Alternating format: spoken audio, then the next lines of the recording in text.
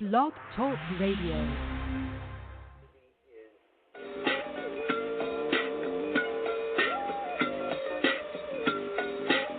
Yo, what's up, world?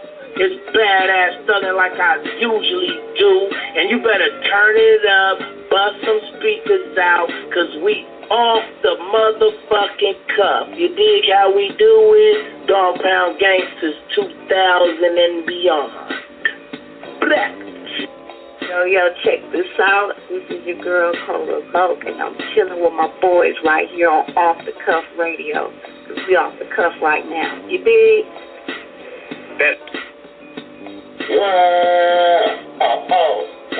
What's up? It's your boy Lil Yap from UNLV, bragging them from the river, cooling with my homies and my family at Off the Cuff Radio. Y'all be sure to tune in on Fridays and get the latest scoop and find out what's happening. You heard me? Tiffany Lavon. And this Queen Queasy, your girl's favorite bartender. And we're from Sex on the Rocks podcast. Alright, you're now tuning in to Off the Cuff Radio. Yeah, because they keep representing that world hip hop. Yo, much love. Alright. Y'all, this is Princess Daisy giving a shout out to King Eric and Off the Cuff Radio. Keep doing your thing, puppy. Hey y'all, this is Stacey Lachey giving a shout out to King Eric and Off the Cuff Radio.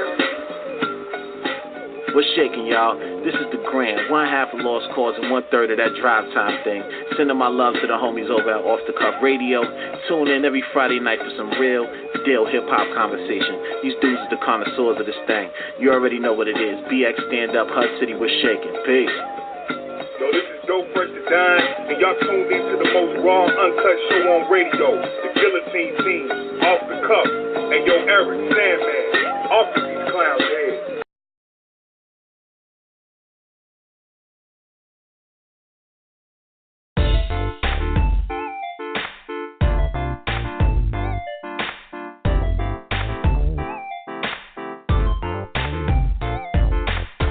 We out here in the back. Doing it big. Sassy, say man, Rock Young Gotti, Cisconi. Say Roscoe. Yeah, my kids and my mama, woman and my baby mama drama. Listening to Nirvana, paralyzed like I was hit with nerve gas. Malicious, but still vicious as a piranha. Dipping in my 7-day Chevrolet. Coat on the hip. Coat in the middle of a mental eclipse. Sentimental eclipse, instrumental eclipse. Get me on a beat and I crack the concrete. Get me on the shaw, I hop and see Saul. Hit up on the wall, dropping free fall. Assassinating, tossing assassinations. Corrupt Roscoe and assassin Cisco. With the mountaintop mansion on the other side of Frisco. 2 blocks in San Jose, Hennessy and Grandma. Yeah, we posted in the back. I'm from the left coast, that's where I stay. Funny money making California, hey. We're West Coast riders, California riders. You don't wanna mess with me. I'm from the left coast, that's where I stay. Funny money making California, hey. We're West Coast riders, California riders. You don't wanna mess with me. We look from West Coast down, North Polion, cold like Napoleon. Code name Cisconion, Valentine. Crashing and smashing on the scene, still blasting with assassins, still getting that green. Game spitting with the infrared mini machine. Tucked underneath the gas by the vest and the spleen. Hop out on buck 50, screaming, fuck them suckers trying to get me. I'm just a hustler on the grind. Can you smell me? Nah, that's the weed and the Hennessy as I proceed to lead. Never reach or no jealousy. Keep my friends close and my enemies closer. Whether in the Benz or the black Testarossa. Lounging in the back, sipping yak with a chauffeur on my way to my show. Blowing on Doja. Ain't nobody told you when I post in the bag. I post up with assassin and parlay all day. I'm from the left coast, that's where I stay. Funny money making California, hey. We're West Coast riders, California riders. You don't wanna mess with me. I'm from the left coast, that's where I stay. Funny money making California, hey. We're West Coast riders, California riders. You don't wanna mess with me. We posted in the Bay, West Coast popping the most. Give it a plug with me does out of the California sun. Coming up out of the Bay, down saying Frisco. Popping the Cosmo Cisco. Going to bombing in dope. Drinking the singing Crisco.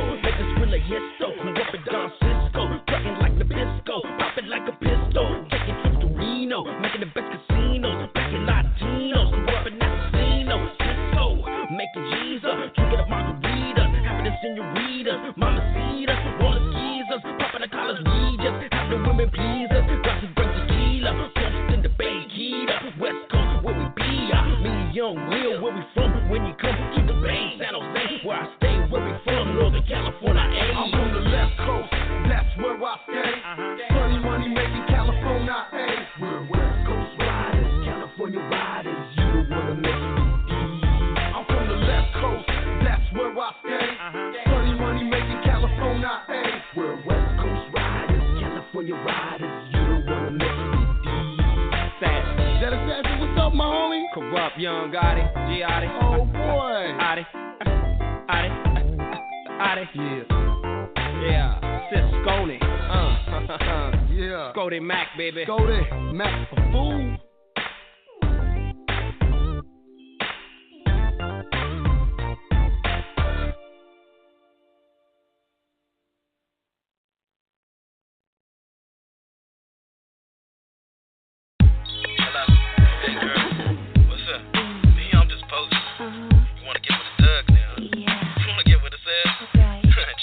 When I first met you, what a sexy thing. Can I get your phone number? Wanna ride with me? Take a stroll through the bay, drink your Alizé.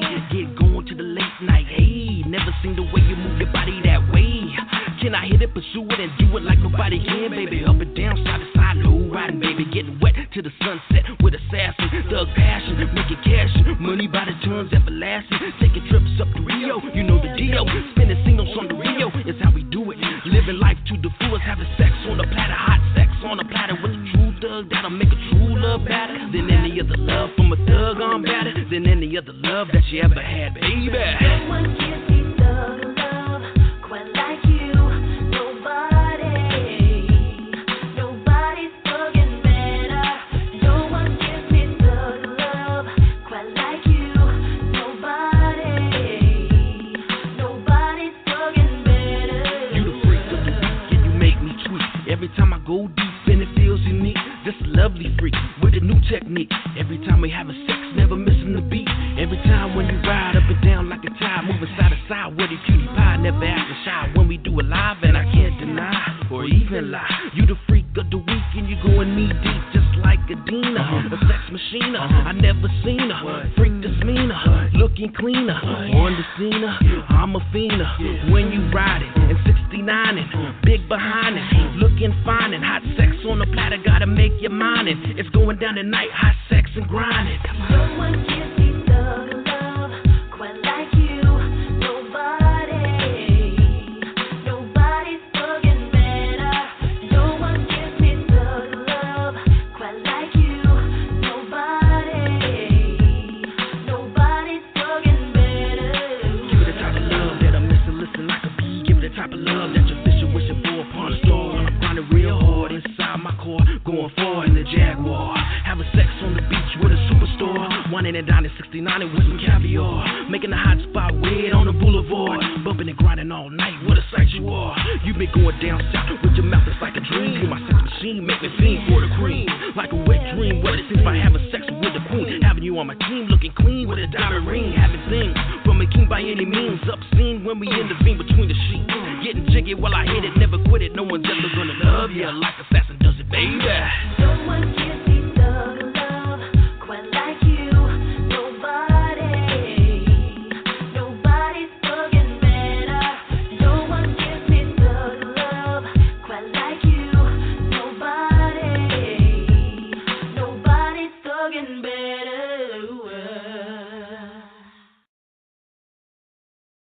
I don't know whether to live or die. It is such like a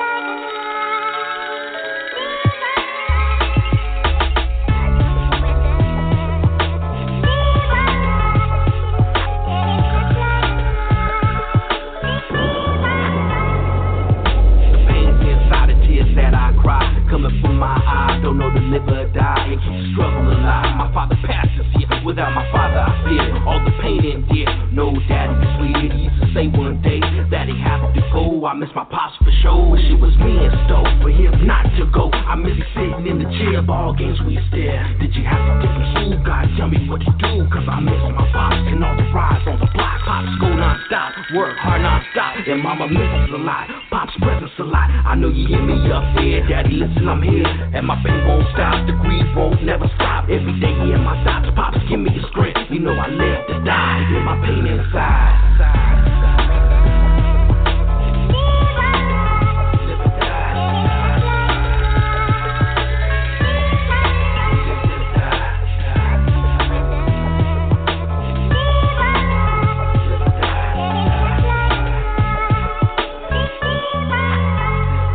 I know we live to cry, I know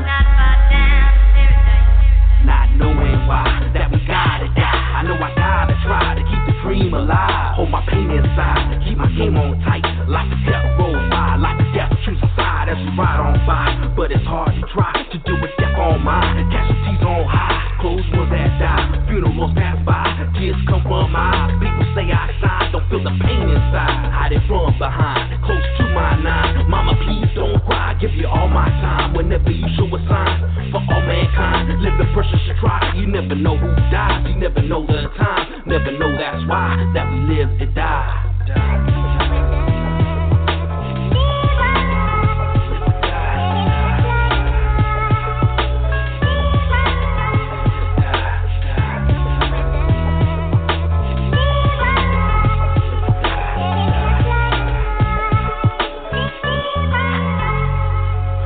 Take it for granted, life's real just planted. Following, commanding, all the 10 commanding what God has planned. Who are we to judge if we can't understand it? Quick to kill off a man, and we blow up the planet. The war's out of hand, even in Iran and in the Holy Land. Take place, oh man, power take command. Greed come in hand, full force like a jam. Unfaithful to trust, everyone's in lust. Temptation to bust, take a look at us. Always striving for peace, so living for a piece of the belly's beast, and the wars will cease. When God comes to bring 7 angels, 7 horses, 7 signs on mine. Cause we live to die, let's live to try, while we live to fly until the end of time. Because we live to die.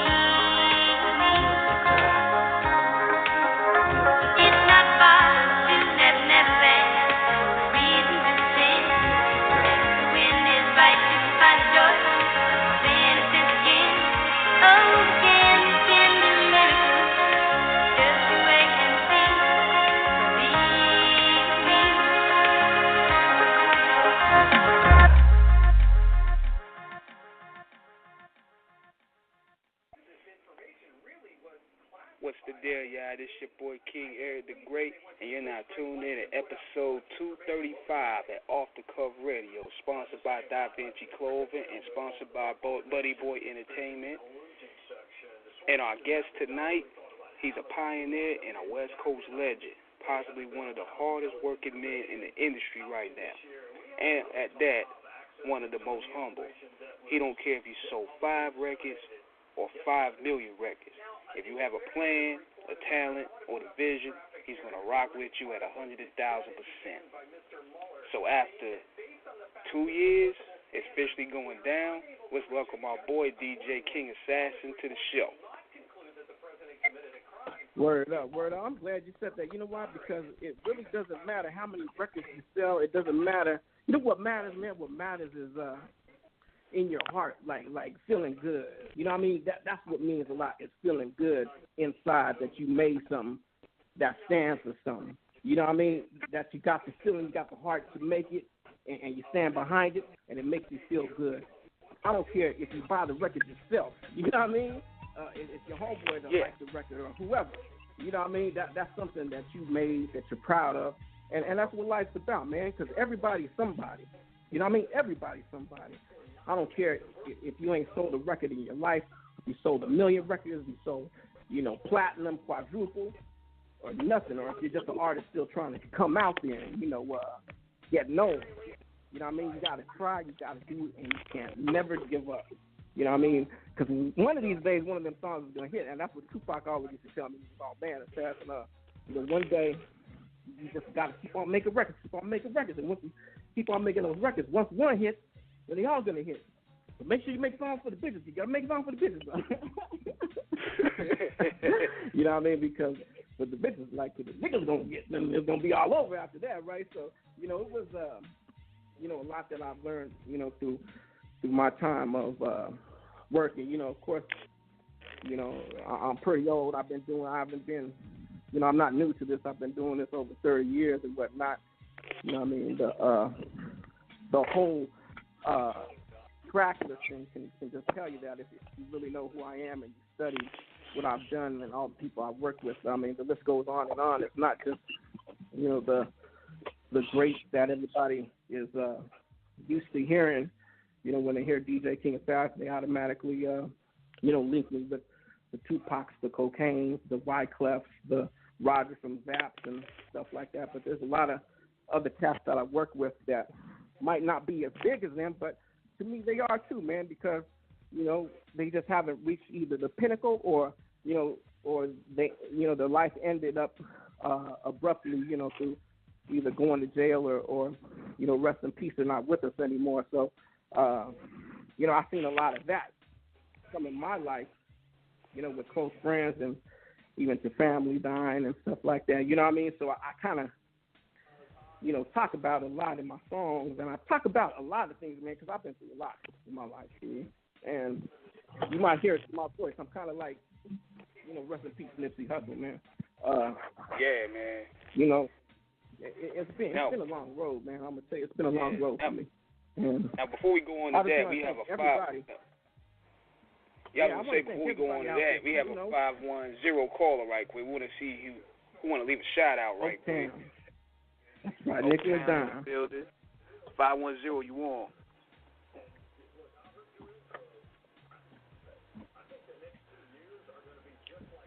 Hello, City of Oakland. What's happening with the hometown over there?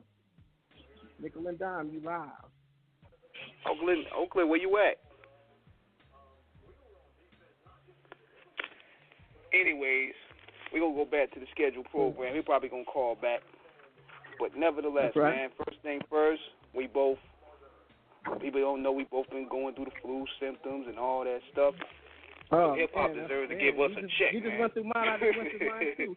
We were just talking about that, Eric. You know that, man. And I think Big T might know about that. Big shout out to Big T over there, too, man. You know what I mean? Who's been patient and down with us, Eric, for a long time. And, he keeps us afloat as well. I call him the hip-hop scholar, Big T. Big shout out to him. And, yeah, man, so how you feeling? You feeling better over there, Biggie? Oh, yeah, I'm a lot better, man. I mean, that sinus infection was hitting me hard. I mean, we just had like a pollen craze that just came through and just wiped everybody out, had everybody feeling under the weather. It was rough. That's right. But like I was saying, Thermoflu need to cut us a check for doing the shows because, we dedicated to the culture here. We got Thermoflu. That's right. That's right. I'm still a little clammy over here, but you know what I said, man? Off the cuff radio, man. I'm gonna go off the hook on off the cuff over here because it means a lot to be on your show. You know what I mean? Because your show, you had so many legends on your show, and not only that, Buddy Boy, their family to me, Cocaine family. It's just long overdue because we've been talking about this for a long time. You know what I mean? So it means a lot to me. It means a whole lot to me. And I like to thank Off the Cuff Radio for having me on. It was about that time to make it happen because there's a lot of releases I got coming out, and of course song that you like that's in common too. We'll probably get to that a little later and talk about that as well. But man, just long overdue. I'm just happy to be on here, man. You know what I mean? I don't mean to get too sentimental on a lot of things, but man, it's very sentimental when it comes to long friendship like yourself and Big T to have me on and to express the real deal, because you ain't gonna hear it nowhere else. And that song that you heard first opening up, posted in the Bay from the left coast with Corrupt and Don Cisco and myself, that's an exclusive right there. Nobody has that. Oh, wait. Besides Off the Cuff. Appreciate that, man. We feel like DJ Clue over here. Hey, and it's perfect too, right? Because he started off with that DPG intro. You know what I mean? So it went right to Corrupt, so it fit right in place.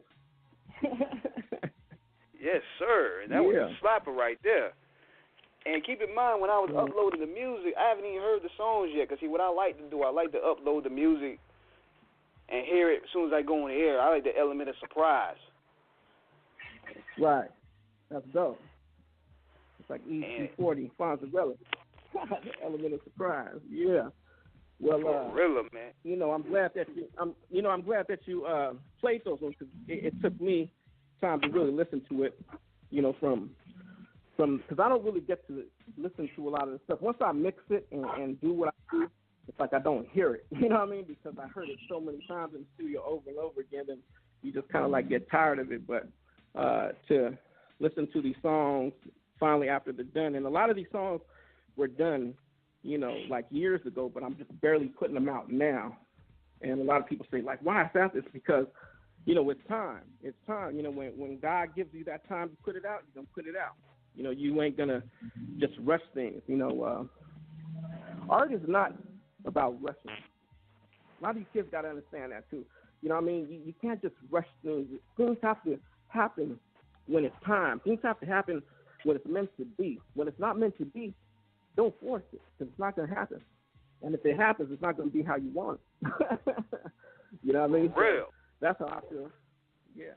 That's how I feel. But with you being a producer and everything, you care to tell these cats the importance of having your music like sonically mixed perfectly and stuff like that? Because we have people say that music, the tracks be dope, but the mixing is just awful. Well, a lot has to do with this is the groundbreaking situation to it all. Like Eric just said, like if you're gonna send somebody's song, especially like to a radio DJ, of course, I'm a radio DJ too, so I understand this perfectly what you're saying. It's a situation where we're gonna like put the record to the side once we hear the first, 4 measures of it, and if the quality ain't there, and it's not like pick it up with the volume too and not mastered right, you gotta have your stuff mixed right and mastered right. I mean, it could be mastered cool, but then at the end of the day, the vocals could be too low. It could be too high. It could be, just sonically not sounding right because you don't have, the right engineer mixing down your song and mastering your song. I mean, it could take your whole record away if you don't have that right. You can have the dopest record on the planet, but then after you get somebody that don't know how to mix it or don't know how to master it, it'll kill your record. That's how important it is. I mean, that's like the art of music is mixing and mastering. So just because you're a dope producer too, sometimes dope producers, they don't know how to mix. You know what I mean? They gotta, go to other producers that know how to mix, engineers to mix it right and master right. To this day, some of the top producers go to, Big Bass Brian and stuff like that to get their stuff mastered. I just happened to learn it all myself. You know what I mean? Not because I didn't have the money at first. So, when you don't have the money, man, you get to read, you get to learn, you get to, all you can to learn so that you can do it yourself. And that's what I've done, and that's what I mastered, to do that. But I know it's hard. I know a lot of people, it's an art form, too. You know what I mean? You can learn it, but then sometimes it's just like some people just don't have that ear. You got to, take it to somebody else, so that's understandable too. But the main thing, like you said, E, is to definitely, have that in tune, because if you don't, it won't get in tune. Not on this frequency. For real. But with you staying out there in L.A. right now, we still going through the laws with mourning of death of Nipsey Hussle and everything, untimely demise. Has the city, like, how's the mood? Is it somber now? Has it changed a little bit? Man, it's still eerie, and the reason why I say eerie is because it seems like it's like a great day waking up to something that you really don't want to, like step into, because you really want to wake up and feel like it's a dream, or like this didn't really happen, or like it was just something that, or Nipsey's still alive. It's kind of like reliving when Big Sight died or Tupac died. You know what I mean? It's like something that you don't. I mean, I've been through it so much with artists that I've worked with, and I never thought it happened to somebody young like that, like Nipsey, because he was so much into the community and he stayed out of trouble. He wasn't like a troublemaker type of dude. You know what I mean? And you would think something like that would happen with him, but natural causes or something. It's anything to anybody, right? But to have somebody like take his life like that, and being the activist that he is, it really hurt inside to a lot of people, even people that weren't even into hip hop. You know what I mean? So it was a great day when it happened, and it still is a great day out here. I mean, there's a number of great days out here. I don't know if that's gonna ever change, maybe in time, but for right now, it's still fresh out here, man. It's like something like that burns, you know what I mean? Like something that burns, and you still see the ashes and the clouds in the sky. So we still see that with Nipsey. We still see we're still mourning. You know what I mean? Out here in the West Coast about that, and it's a tragic death for something like that to happen. You know, it's sad. So. You know, you have a lot of people that are saying that this death is like this death is similar to like how Tupac's was, like, you know, that feeling. Right. Like, is that the same? Yeah, is it the same feeling? Well, if you knew Nipsey personally, I'm pretty sure it is the same feeling. You know what I mean? Yeah. For a lot of people that knew Nipsey personally, like Cocaine, you know, he knew him personally. Cocaine, and did a lot of songs with him. Me, I did a mixtape with him like 7 years ago, and it's a trip. And I'm going to tell that story too, because me and Nipsey were really connected through the Africans. You know what I mean? Because I got called by the East Africans to do a mixtape. They had a label called Loud Money, and they said, hey, Asaf, we want to get like the hottest DJ in the West Coast to host our mixtape. You know, it's nothing but African artists, East African artists. I said, okay, cool. You know, and at that point, I didn't know who was East African as far as what we had in the West Coast, right, until they put me up on game on Nipsey. So, okay, I didn't know he was East African. So, yeah. So that was like something that was like totally in French Montana, too. So, you know what I mean? So I hosted with French Montana and Nipsey Hussle, and this was 7 years ago.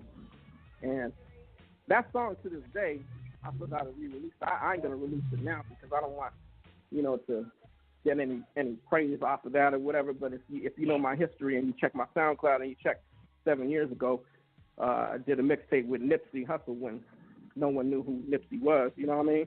As far as most of the world is concerned, but it was with me, Nipsey Hussle, and French Montana. At that time, everybody knew who French Montana was a little bit. You know what I mean? So you can see how far I'm going back with that. But I always knew there was something about him. Even before he died, there was something. I was like, man, Nipsey's doing a whole lot right now, a whole lot. I see him everywhere. You know what I mean? And it was like 2 weeks later because I seen him on the doing the photo shoot with his girl, you know, Lauren London, and I was like, man, then I seen him later on TV. I was like, man, he's everywhere right now. You know what I mean? He's everywhere doing his thing right now. And I said to myself, I said, because when me and Cocaine were on them runs, like doing stuff like that, it literally catches up with you. You know what I mean? Like, you get tired. People don't understand just doing all this stuff. It takes a lot of energy from you. And I said to myself, man, poor Nipsey, man, he must be tired because I see him everywhere doing all this stuff, all these interviews, magazines, you know what I mean, all these publications and stuff like that. And that's exactly what I thought to myself. You know, I didn't think he was going to die or anything like that, but I just thought, poor Nipsey, man, he's doing a whole lot right now. I bet you he's tired. You know what I mean? Because I know how it is. So I was like, damn, Nipsey's everywhere. He must be tired.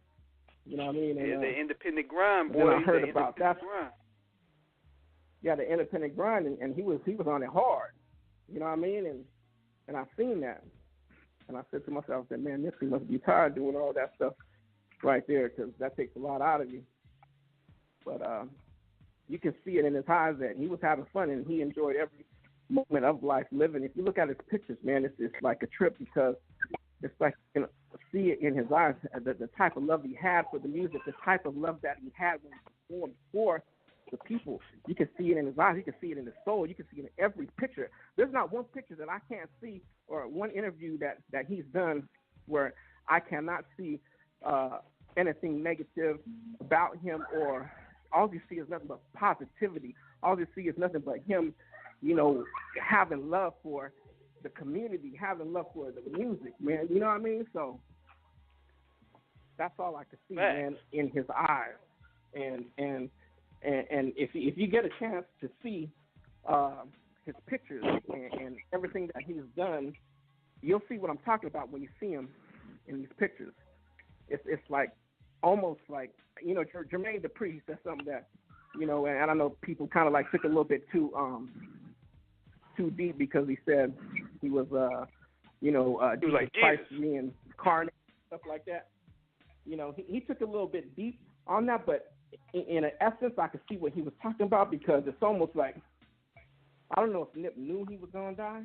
I don't know how he felt about that, but I sure enough know that when he was performing, he was doing all he can. It was all for the people. You know what I mean? Everything was for him as far as you can look at his pictures and just, man, he just looks like you know what I mean? So happy, too. Like there's not one type of picture that I've seen where he's looking like he ain't got love for what he does. You know what I mean? Like he put his whole life, behind what he was doing, and he was real about it. And a lot of people say, like, he's where Tupac left off because that's what Tupac wanted to do when Pac was alive, was to, help the community. But he never got to, take it that far. And here comes Nipsey, and Nipsey, took it right where Pac left off. And then here we go, losing another great leader like Nipsey. More young kids need to take that into heed besides, the rap music and, the glamour for it and stuff like that, but really reach back into the community and help out, people and whatnot. You know what I mean? Don't be afraid to do so. And at the same time, don't get caught up too much into it to where you can, a situation like this can happen. You know what I mean? I mean, who would ever think this would happen in his own backyard? But, that's where most things always happen. It's either, by the ones that is closest to you or the ones that you least expect. You know what I mean? So I know a lot of people can understand that, too. So it's a very fine line when it comes to this music stuff because there's a lot of jealousy behind it. There's a lot of envy behind it. There's a lot of, man, it got to the point where I even wanted to quit, and I did quit at one time. And really, that's why I have a lot of music still stored because of stuff like what I went through when, seeing close ones die and stuff like that. It gets to a point where you just wanted to be like, man, I ain't doing this no more. It's not even worth it because you still got to deal with the haters. You still got to deal with the record companies. You still got to deal with people getting over, publishing companies and record labels not putting the shit out right how they're supposed to put it out. You know what I mean? So that's a lot of the reason why I kind of held on to a lot of my stuff, really kept it, on to me where, if it wasn't coming out, it wasn't come out the right way, and if it wasn't coming out where my heart wasn't behind it, and as far as me being, in the right state of mind, you know what I mean, to really follow up with a lot of this stuff, I wouldn't even be here talking right now. You know what I mean? So everything is really, a time-orientated state that you have to be in to do this, and you got to be well aware of yourself because it's more than just making music. I mean, you see these Kodak Blacks out there, not taking anything from the young brother because everybody needs help. That's the young brother that just needs help. We got to help people like that and let them know, there can be repercussions for what you say, even if you're just trying to get some more Instagram views or Instagram followers or, build up controversy. Sometimes the bad controversy is too bad controversy that could get your life took. You know what I mean? And I thought we learned that with the Biggies, the Triple X Stocion and all that. You know what I mean? But somehow, some way, the devil's still out there. You know what I mean? And will always be out there to try to get you, to try to bring people against you, against the positive. You know what I mean? There's always going to be that negative out there. Without the negative, you can't really move forward either because you have to have that positive and negative, and I learned that from Nutso, from the Outlaws. Without, the positive and the negative, that ain't going to make that battery go. So that should keep us positive ones to keep on going and keep on flowing, and that's why I think I got so much energy in me, and that's why I think I'm so, sentimental when it comes to this because, I'm going to keep on going, man. My friends is dying. You know what I mean? I'm out here living still for a reason because I gotta hold the torch. I got to keep on doing what I'm doing. You know what I mean? Me, Cocaine, we have to keep on doing what we're doing. We can't just sit back. We got to stay in go mode, combining that positive and the negative to make this battery go, make that car go, make the juice happen. That's what it's all about. So, I got the King Assassin show too. The King Assassin show was based upon my man, me and L.A. Lloyd L, who helps me produce a lot of. He's a producer too. He's on the line right now. What's up, Lloyd? You there? Hey, what's happening? Thanks so much, man. Shout out to Off the Cuff Radio and of course Appreciate DJ it, brother. King Assassin and God bless you. You know, having a song. Yeah, we got the King Assassin show. It's a video show. You know what I mean? With us, kind of like traveling from L.A. to the Bay Area to L.A. Sometimes we'll catch us in New York. We might be over there in your neck of the woods soon over there, Big E. Oh, yeah, in the Carolinas? You never know. Just call us up and invite us. We're there. Y'all that rooted out there. I mean, it won't surprise me. Man, trying to make it happen. A lot of West Coast connections in the Carolinas. That's right. Yep. Yeah, Pac had a lot of family out there in North Carolina, too. Like from his mom. His mom's from that area. Yep. Yeah, because we had actually a chapter from the a Black Panther chapter out here in Raleigh, North Carolina as well, and I believe that's where his mom used to go. So it's also that history is there. Right.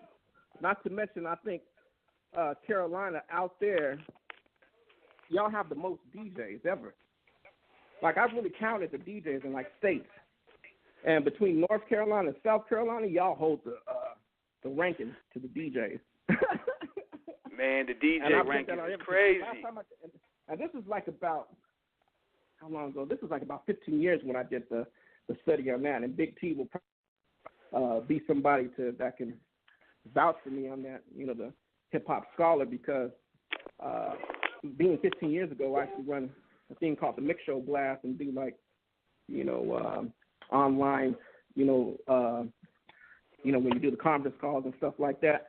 And most of the DJs that would call in from Carolina, North, South Carolina, you know, from Fayetteville, where you're from, Raleigh over there, everywhere, all through there, you know what I mean? And I did a check to see on my email e-blast program, and boy, oh boy, most of them were from that area. And I tallied it up. It was like thousands of DJs. What it is with the Carolinas, people they hungrier out here in the Carolinas because we still don't get a lot of that notoriety, so everybody just goes the extra back. Right. Just to get heard out there. And it's always been like that. It's been like that for years as far as the DJs, you know, of y'all supporting hip-hop, not just the West Coast hip-hop. I'm talking about all hip-hop, you know, East Coast, down south, everywhere, man. Like, it's like the pinnacle over there. You know what I mean? Where y'all play everything. I think, is Teddy Riley from where y'all from? No, he's from Virginia, huh? So. Yeah, T-Max, he's from Virginia. What producers? Yeah. I'm trying to think of my boy Chuck Classic is from Carolina, but he produced a couple of records for me back in the days. But, man, a lot of incredible DJs from that area that really support. I mean, we probably wouldn't even be as successful if we didn't have DJs like that out there that play our records. You know what I mean? So I got my man on Loke the Smoke on right now. Hey, what's up? Man, it's the Disciple of the Assassin, man. Loke the Smoke, man. What's happening? DJ King Assassin, Big Eric, everybody, man. What's cracking? Wise guys in the building. Man, I've been knowing Loke the Smoke, man, for years, many years, man. We're talking like over decades with this cat. You know, I knew when he was a kid, just growing up, dude, like he wasn't even living in America when I was messing with Loke the Smoke. You know what I mean? And then he moved to America, but he always said he was born in America, though, which is a trip. But I think he had to like move overseas because of mom died. Maybe exactly. Yeah. This cat was always tuned with a lot of stuff I was doing, and I can honestly say this was like the first cat that was really somebody that I knew that was in tune to what I was doing, like record for record, song for song, like knew line for line, like knew everything about me, like even all the Tupac stuff, even stories that I forgot about, he would retell me. You know what I mean? this guy right hey, here. Man, I definitely am a fan. Besides being a homie, I'm a big fan of your work, big homie. So yeah, you already know, man. Grew up on that shit, man. You know he started off the hit word, that, but now all that. This guy is his own. He's his own, machine. Now he's his own assassin. You know what I mean? Like he built himself up to that stage where he's putting out people's records now. He's telling people, giving people advice on what to do, what not to do. People look up to Mr. Loco over there, man, and that's my dog. And I don't think I ever told you this, but I'm proud of you, Loco, for what you've done and everything that we had talked about. You put into play, and you never quit, and you still keep on going, dude. And you're never gonna quit. That means a lot, man. That means a lot, big homie. No doubt, man. And you mean a lot to me, Mr. Loco, man. You know what I mean? You're my dude. You've been my dude since day one. I mean, he comes to my parties that I have. He'll tell you about my birthday party. I don't even know who's coming. My mom be calling people, and the next thing you know, I got MC Hammer at my house and Mr. Loco at my house. Yeah, I'll never forget that night. Yeah. Hammer and Loco coming. Oh man, this is a party tonight. And the next thing you know, ain't no party like a thug life party, because a thug life party don't stop. That's right. And he pulls out. I gotta say this too about Hammer, man. I feel people got to get Hammer his due, man. Like, he opened up a huge blueprint. Like, he came through with the parachute pants and made it cool. He opened up doors for people to get all that money. And he was independent when he did it. That's right. That's a big hustle. That big hustle right there. And he probably streamed the most You Can't Touch It ever. Man, I mean, if you look at how many YouTube views I got, that's like quadruple, plus quadruple, over platinum. What do you call that? Man, that's like over any kind of stream ever, man. You can't touch this. You know what I mean? And literally to this day, you can't touch him. You know what I mean? When it comes to them type of numbers and whatnot. You know what I mean? So Hammer always been a good family friend of mine, and I've been down with Ham for a long time. I used to record at a studio when it was in Fremont, NDA area. So, you know what I mean? He's been a long time friend, and he always stayed true to that.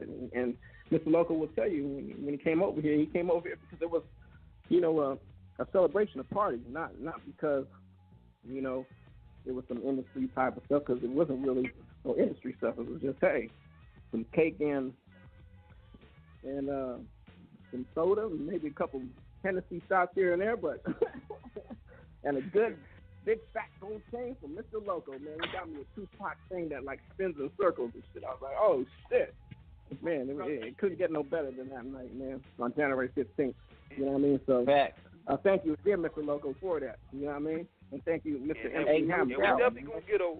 We definitely gonna have a Wise Guys Takeover 2 show coming real soon, though. We got to get that on the wraps. Yeah, we got that Global Ryan Family compilation out now, so yeah, that's definitely due to come up and stuff. But yeah, that's, man, Assassin right there. That's the big homie, man. Man, you know that 20 Years Gone project right there. A big shout out to Assassin, because if it wasn't for, we're gonna definitely talk about that. That shit, yeah, man, and that shit made a good mark too in the mixtape scene, and motherfuckers love it. Man, Mr. Loco has a array full of albums of just nothing but incredible artists that he plans and picks who he works with, and he's kind of like how I was doing it back in the days, like, getting artists that really didn't have that look yet and take them under his wing and give them that look. Because if you hook up with Mr. Loco right now, your stuff is going to get out there. You're going to be known. You know what I mean? And that's how we planted the whole Wise Guy situation up, is to help artists out. And that's what I did in the early beginnings, because I was putting out compilations and stuff like that. But to a lot of people nowadays, it seems like mixtape stuff. But it's never been a mixtape game, not with me, because if it was a mixtape, Memorex, Maxwell, PDK, you dig? So I know what y'all Y'all know what I'm talking about. If y'all from the old school, Yeah. I don't even have to say no more. That's the type of mixtape shit that I did because I was real DJ. Two Technique 1200 turntables with the mixer that was a Newmark, hitting the up and down line, phono line switches back to back. You dig? And there wasn't no Serato. Yeah. Right. I'm glad you broke down the difference between that because mixtapes and compilations, because most of the stuff out now is basically compilations that disguised as mixtapes, marketed as mixtapes. Exactly. Yeah. I mean, that's where today's industry got it twisted like that. You know what I mean? Because just because you get a different array of songs, it's more of a compilation, not a mixtape. But then after they say, okay, well, if they're rapping over other people's beats, it's a mixtape. No, technically not unless you're really mixing them songs together and blending that shit, then it's a real mixtape. In my eyes, as a DJ. Mix means M-I-X, people. Mixing means blending. A DJ. You know, and back in the day when I used to put out a lot of mixtapes, it's really like street albums. Like when I worked on a mixtape, I never really thought of myself working on a mixtape. I thought myself working on a street album that I was gonna hustle out the trunk and put up for free online. You feel me?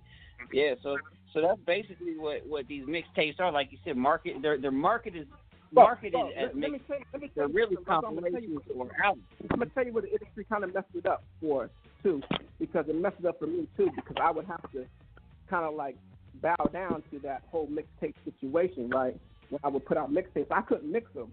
Like if you hear the one I did for Nipsey Hussle 7 years ago, you know what I mean? You can check it out on my SoundCloud. It's a real mix from, from 1 to whatever it is, 180 minutes long, whatever. There was no interruptions at all. But the industry forced me to cut that in segments so it could be put on a DAT shift, so it could be put on a site. They wouldn't allow like one big mix on a site, you know what I mean, unless it was SoundCloud. So, even dilly-dally with that piff and all that stuff, so I wouldn't even put my mixtapes on there because mine were like real mixes, that started from point A to point B, just like what I did with Kilo, the Amsterdam mixtapes and stuff like that. Everything was mixed from point A to point Z, but now it got to the point where I had to, I was losing out by not putting the songs, song for song, because sites wouldn't allow mixes like that. You see what I'm saying? So that defeated our whole mixed purpose. But at the same time, I still had SoundCloud to prove that this is a real mixtape with real mixing and blending and scratching. And I wasn't just yelling over the track. Next track, okay. Go to the next song. Go to the next song.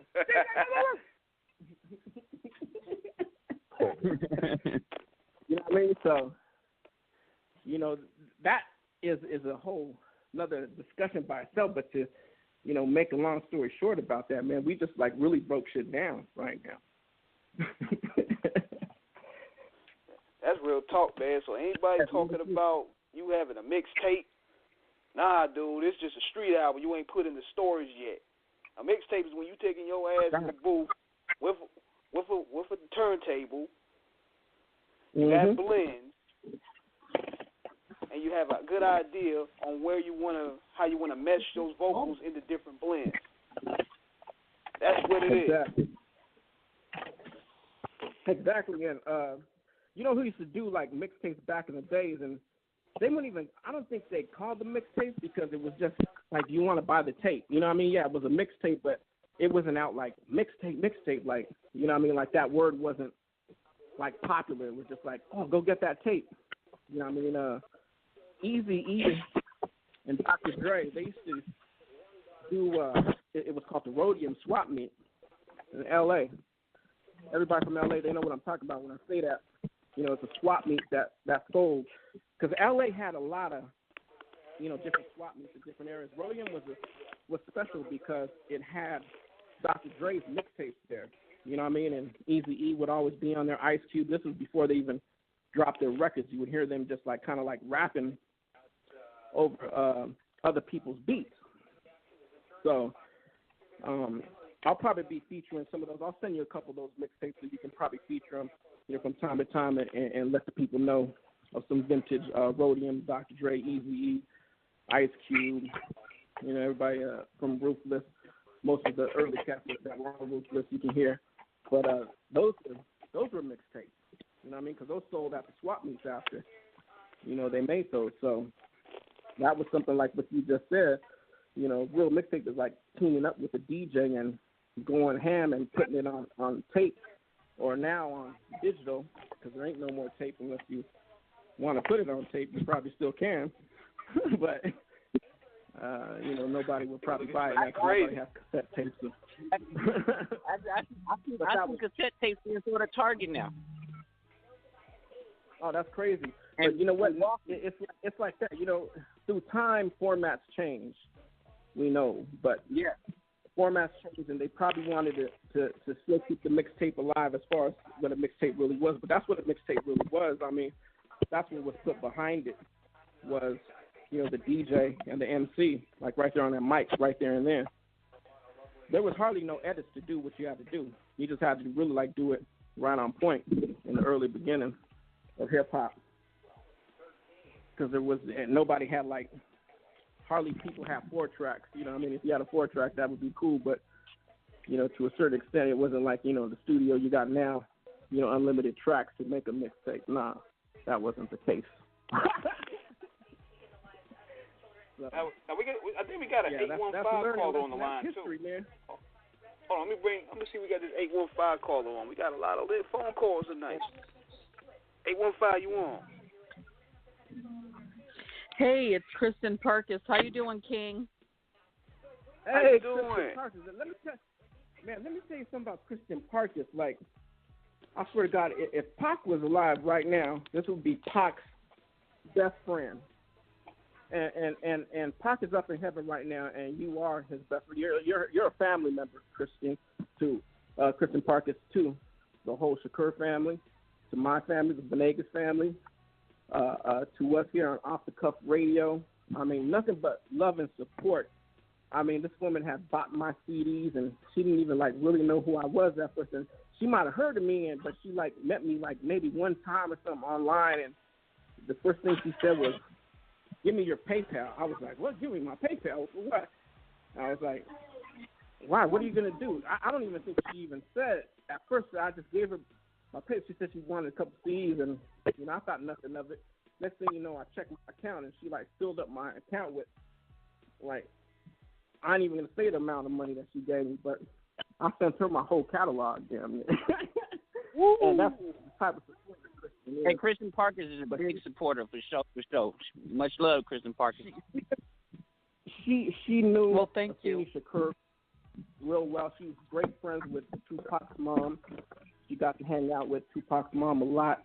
And, man, she's a great woman, and I love you, Kristen Parkis, and I'm just glad to hear your voice right now. You know what I mean? You don't know how much, because I know we've been missing each other and ain't talked in a while and whatnot, but, boy, I'm glad you're on the phone right now. But I'm going to let you go ahead and introduce yourself, who you are, what you've been doing, because you've been doing a lot, too.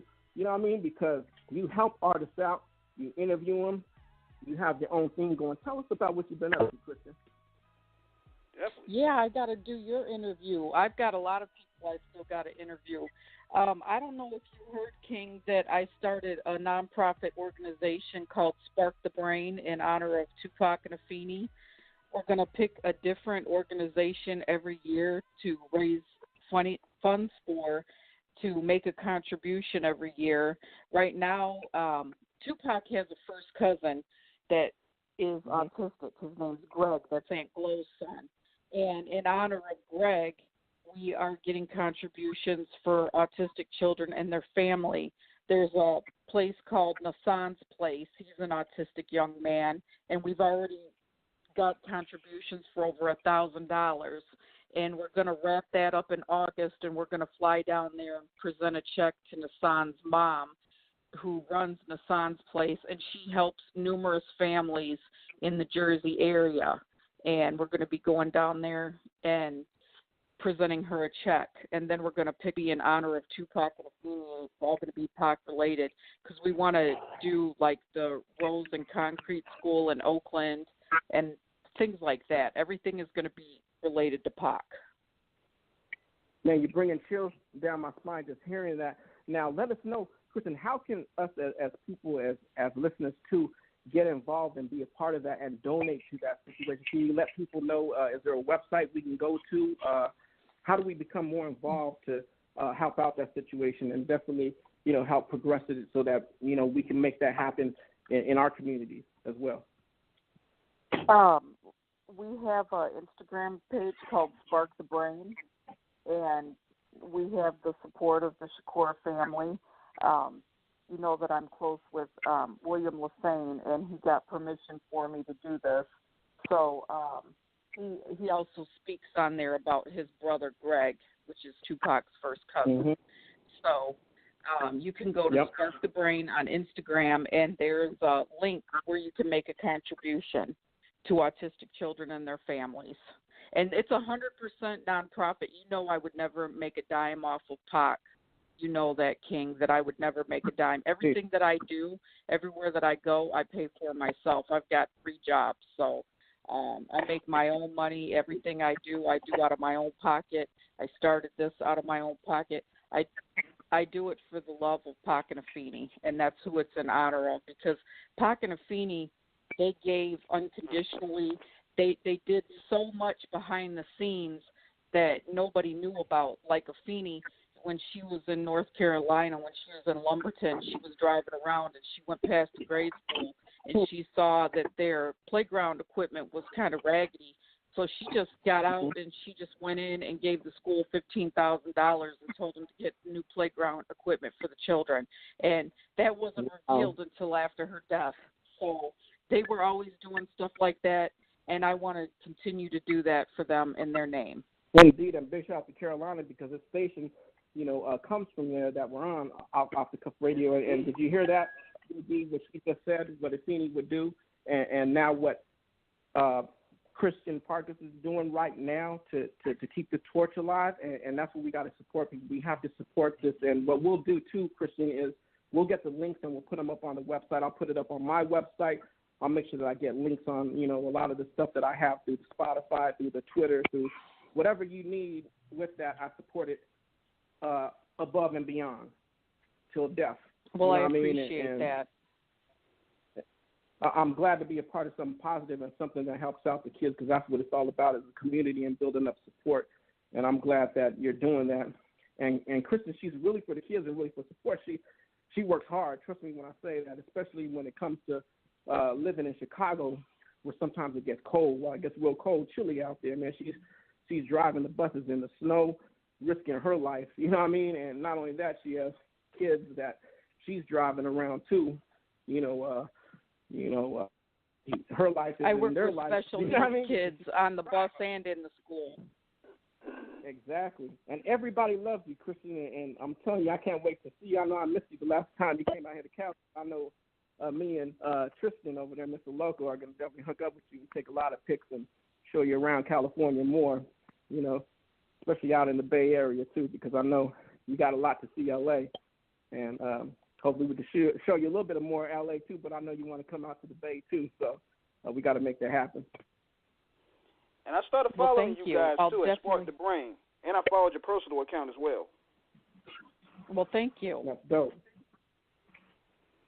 Yeah, and that's a whole nother show too for Off the Cuff Radio that we could bring Christian and yes. Christian on. Some of the artists that you're working with too. That show a lot of support.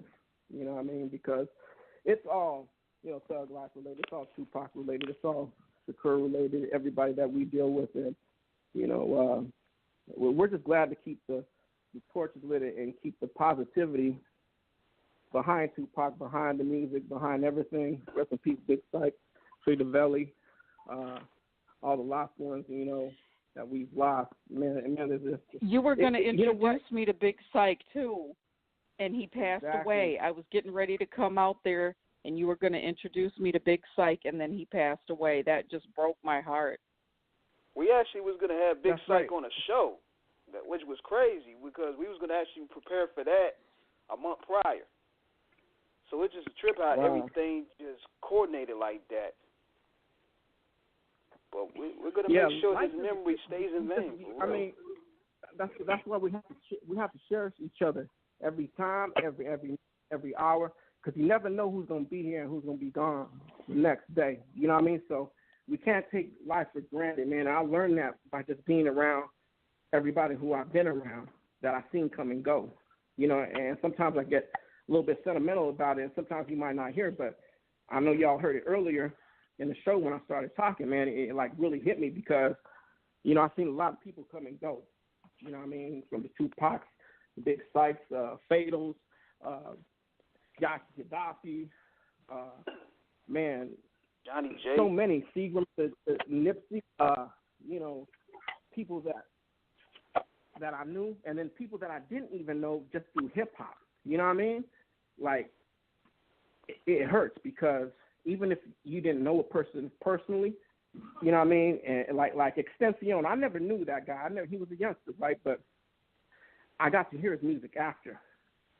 And I was like, man, they took this kid's life, and that's messed up. And I was like, man, this dude was really like talking about some of his music. It was more like, you know, about like love songs with him breaking up with a girl and stuff like that. But you think about it, life, especially in Chicago, is like, to these kids, it's like nothing. You know what I mean? Like they come and go real fast, and it's kind of like they're used to that. And we've seen it happen in Chicago. You know, we've seen it happen in the West Coast and early when gangs was real heavy out here, but that kind of like died down. And then after you all of a sudden see something like Nipsey dying, and then you think, man, it's getting crazy out here again. You know what I mean? Because all the different schematics that's going on. But then after you see the Bloods and Crips come together, then you say, okay, things are calming down. And then all of a sudden, do we ever learn our lesson on life? I mean, is life like that not precious to the kids or to older people or to whoever that don't have respect for life, that don't want life no more, that just want to end the life? It's well, bad. What's sad about that, King, is a lot of them are dying over just jealousy and hate. It's just jealousy and hate, and that's just terrible. We've got to change their mindset. We have I to. agree. We have to, and I'm sure you've seen a lot, you know, living in Chicago and hearing a lot, because I've heard a lot that came from, you know, Chicago. I got friends out there, and boy, it's rough out there. You know, it's like it was rough out here in the early 80s, 90s, you know. It's up to us, especially if we're older and we're into the hip-hop community, to make that change, because it's up to us to change it. The kids can't change it. We have to change it, because the kids just go by what they're told. They're like sponges. They're young minds. They want to learn. They want to know. They're out there seeking. And if they can't get that seekment, if they can't get that nurture, if they can't get that food to learn what's good and what's bad and what's going to happen, what the outcome can be, and how much richer it can be, how much more there is to life, and how life precious is, you know, to go out and you know, go fishing and learn the peaceful side of things, and take that into essence of reality of living and being peaceful. That's what these kids need to know. They need to know that there's treasures in this. When you're making music, it's all about this and that. Yeah, you can get your Hennessy, you can go party, you can go smoke your weed, you can go whatever you want to do to have fun, but then there's a whole other side of life that you have to have too, because too much of that is bad. Too much of the good stuff that you think is good is bad too. It's just like living like life. Like too much sugar is bad. You become a diabetic. You know what I mean? So too much drinking Hennessy is bad. Too much partying is bad. Too much sex is bad, because you know what? You're going to end up getting a transmitted disease. You're going to end up, look at Eazy, okay?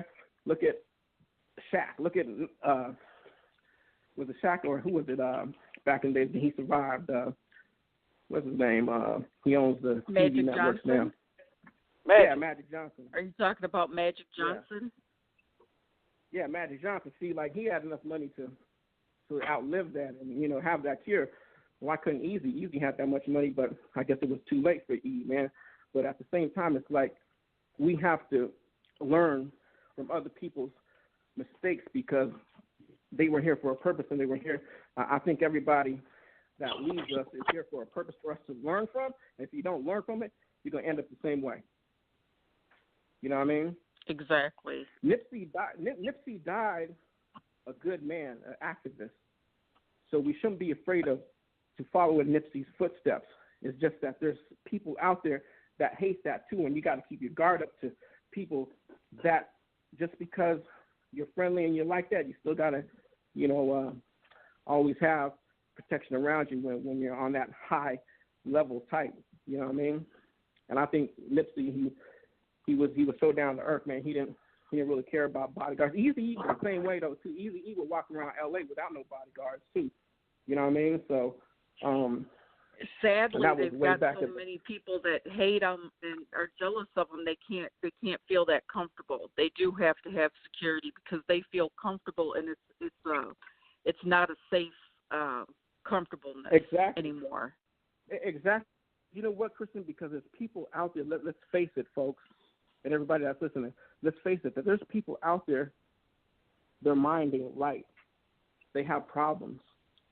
They're deranged people. There's deranged people out there. As we speak, there's somebody out there at Walmart or at one of these food places or at fast food, Burger King, McDonald's, wherever you're at, that ain't living right. The police haven't got to, but he's battling his mind. He might have a gun. He might just shoot anybody that ticks him off at that point, because there's people out there like that. They're living for nothing at all. Because nobody taught them anything. All they know is it's evil. Trust me when I say that. I've seen it. We hear about it every day on the news. Turn on the news right now. I guarantee you'll hear something like that. And then there's people that just lose it. Yeah, they only know the kill to be killed mentality. They don't really know any value of life. And that goes for every race, every human being. You know what I mean? Because I've seen it in every single race go Norman Bates. Go crazy. I don't mean to laugh at that, but it's the reality. You got to know this, that there's people out there like that. There's people deranged of even like artists, like musicians and stuff like that. Christian Parkers, I think we talked about individuals before that are so obsessed with like Tupac and stuff like that I bet you Christian has the best stories ever. You know what I mean? Where they're just a little bit too much out there, and you can tell that they don't have it all when it comes to saying what they say, and stuff like that, where it sometimes gets creepy. And I'm pretty sure we all have, stories of that, each and every one of us on the phone here, you know what I mean? But it's life and it's reality, and like you said, Kristen, to a certain degree of everybody, even everybody on this phone, you have to be alert, man. It don't matter how famous you are or who you are. It could be a matter of road rage, anything. So be careful out there and always keep your guard up, man, and keep God first. That's your main protection right there. That's real talk. You got to put the armor on every day when you step outside. That's right. Now, we're so glad that you got that nonprofit organization. Why don't you go ahead and tell us, Kristen, again, how we could follow you and get a hold of you on that Instagram. Yeah, let us know. Go to Instagram. It's Spark the Brain. Like I said, every year we're going to be picking a different organization. We're currently getting contributions for Nassan's Place in Jersey. Pac has a first cousin that has autism. It's Aunt Glow's son. His name is Greg. His brother talks about him on Spark the Brain. William was saying that's his big brother, which his nickname's Billy Bang, but that's William was saying. And we're also going to be doing later in the year, we're going to do one for Erica Ford. It's called Life Camp. She works with Myson there in Jersey. And they do a lot for the community, and they do a lot for gun violence and keeping the peace. So that's going to be one of the organizations that we're going to be getting contributions for. But currently we're doing it for autistic children and their families in Jersey. That's big right there. And tell Uncle Billy I said what's up, and, I will definitely be contributing to that as well. You know what I mean? And wish the family and everybody, my warmest everything, that we can give over there, all the support. They got us 100% and then some. And I'm glad to see something like this going on, especially when it comes to Uncle Billy's family over there. Such a nice man over there, man. He's OG, triple OG. You know what I mean? But, yeah. I definitely hit the follow button. I was there in November. Too. Well, thank you. I really appreciate that. I got my co-host on too. I got my man T-Max on. He's on right now. T-Max, you on? What up, y'all? How y'all doing on this fantastic Friday, Good Friday, leading up to Easter? How y'all doing? Man, God is doing good, great. T-Max. I'm glad. Yep. Yes. Doing good. Yes, for the young lady who has her IG Smart to Brain, I think you were on Big Seven's show last year, weren't you? On Grind Time Radio? I don't know. I've been on a couple shows. Yeah, but when you spoke about autism, that I think I remembered. This is how small the world is, especially in radio, because I think I called in because it hit a chord with me because I was formerly in education, so I understand the plight of autism, and especially in the black community, I think this is something we definitely have to speak on and be more proactive with our children in that, and understand that, especially with autism, because it runs different spectrums, it's not a curse. Yes, there can be developmental difficulties and communication difficulties, but the innate and infinite genius that a lot of those children have is just unbelievable, and it's definitely it's of the utmost imperative that we highlight the intelligence, even albeit the struggles that they have. And your charity is just a godsend, for the young brothers and sisters in the community, whose children, have that condition, and letting them know that it's not hopeless, but there is a lot of hope, in it. Amen. Amen. Amen to Most that. definitely. I work with autistic children at the school. I'm a teacher's aide and I'm also a bus driver. So I have them on my buses, and I also work with them at the school as a teacher's aide. And autistic children are very intelligent, and they're very beautiful, and they're all very unique. They do not like change, but yes, they are. That's why I, like I said, that's why I started Spark the Brain, because I work with them personally. And I also wanted to continue Pac and Afeni's legacy because of all the giving that they did. I wanted to continue something in their name. So that's why I started Spark the Brain. And we thank you for it. Well, Most thank definitely. you. Now, Christian, Big T, who just got on the phone, who you're talking to, who was just talking to you, this guy is, he's not giving himself enough credit here, so I'm going to have to give him all the credit. He is the hip-hop scholar. I nominated him the hip-hop scholar because he knows everything. He ain't even, are you originally from the West Coast? I don't know where, I don't know. I think he's from, I don't even want to say where he's from because he knows the West Coast probably better than the West Coast knows the West Coast when it comes to hip-hop music. And he ain't in the West Coast. Like, that's how much of a hip-hop scholar he is. He was telling me about groups that, like, I forgot about. You know what I mean? And I was like, oh, my God. And I named him the hip-hop scholar for that because he named most of all the West Coast stuff, like all the way from L.A. to the Bay, back and beyond, like Bakersfield and Fresno and little cities like that. I was like, wait a minute. You are the hip-hop scholar. Now, where are you originally from, Big T? I don't think I think you had told me, but I want you to tell the people. Well, yeah, I mean, I'm from Virginia, born and raised, Chesapeake, Seaside, Southside, man, and it's like, but growing up, man, I always had an affinity for that Bay Area funk, man, Dre Dog, a.k.a. Andre Nicotina, yeah. 3 Times Crazy, of course, where Keep the Sneak first started, shout out to all the streets out there, Seminary, a.k.a. the Cemetery, East 22nd, a.k.a. the Murder Deuce, Foothill Square, Highland Hospital, Fillmore, Mission District from the Frisco, shout out to the 209, 419, 405. Man, it's all live, man. He knows more area codes than me out here and more streets than I do. I forgot seminaries 40 seconds and the 510. Can't forget the 209s and Modestos and.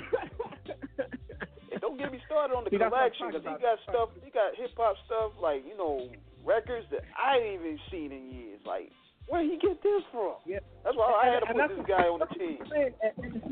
It's not even just the West Coast, because he had named everything. When I started talking about what's his name from the Rump Shakers, where he's from there, you know what I mean? Like, he went on and on with that with Black and the whole nine. Yeah, Teddy Riley.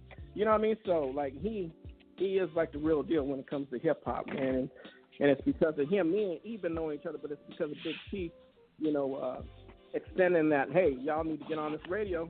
Get on it now. Me and Big E to get on to make this show possible to have the interest of the sparks of having Christian on here and Tristan and Mr. Loco. Y'all have kind of like the same name, Christian, so that rhymes perfectly. I'm going to have to put that in a rhyme. But, that's what it's all about, man, is making them connections and building. And I thank you, Big T, for making this happen, because, you were the one that said, hey, it's long overdue. Let's put it together. And here we are now. Man, look, I mean, I thank y'all, man, because the thing is about it is the hip-hop is a culture, from everybody, from, our soldiers such as yourself who's still around, Master P, Puff Daddy, DJ K Slade, shout out to Harlem, to our fallen soldiers, man, like Tupac, Soldier Slim, Nipsey, of course, Big Stretch, Live Squad, rest in peace, Big L, man, yep. All the soldiers past and present, here and, gone, man. It's like, you got to let everybody know this is, hip-hop is a culture. What makes it so powerful is that it's a unifying force, an outlet of creativity that allows everyone to express themselves in a fashion of the four elements, which is DJing, graffiti, breakdancing, rhyming, and of course the fifth element that a lot of people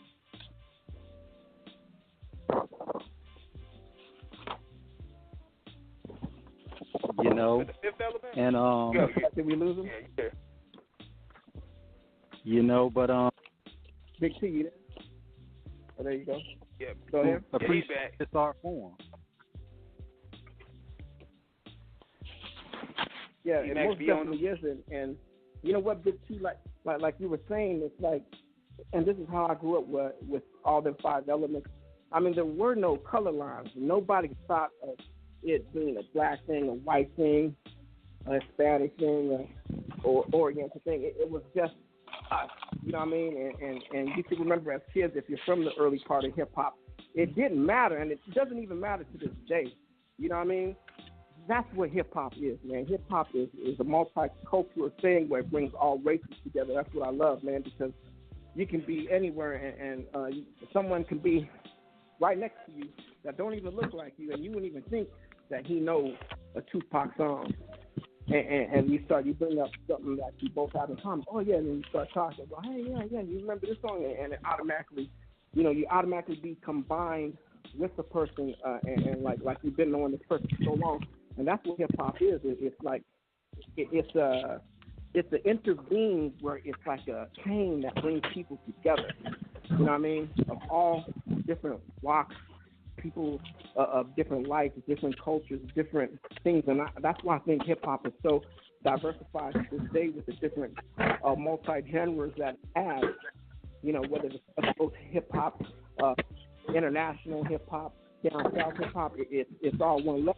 We all know where it comes from, you know what I mean? We all know it's a culture, and we all know that, eventually we all combine somehow, some way. We are all family, and that's what hip-hop is, and it's almost like it's a spiritual type of thing, because if you think about it, in reality, that's what God is, you know what I mean? That's what God is. God is that core, is that whole situation of that core, you know what I mean? And hip-hop is just the meat that brings us around, but somehow I know we get the enlightenment of it to some people that it's negative, because we hear about the people dying, the people, but like what Run DMC was saying, no, it was DMC that said it, and I just seen this.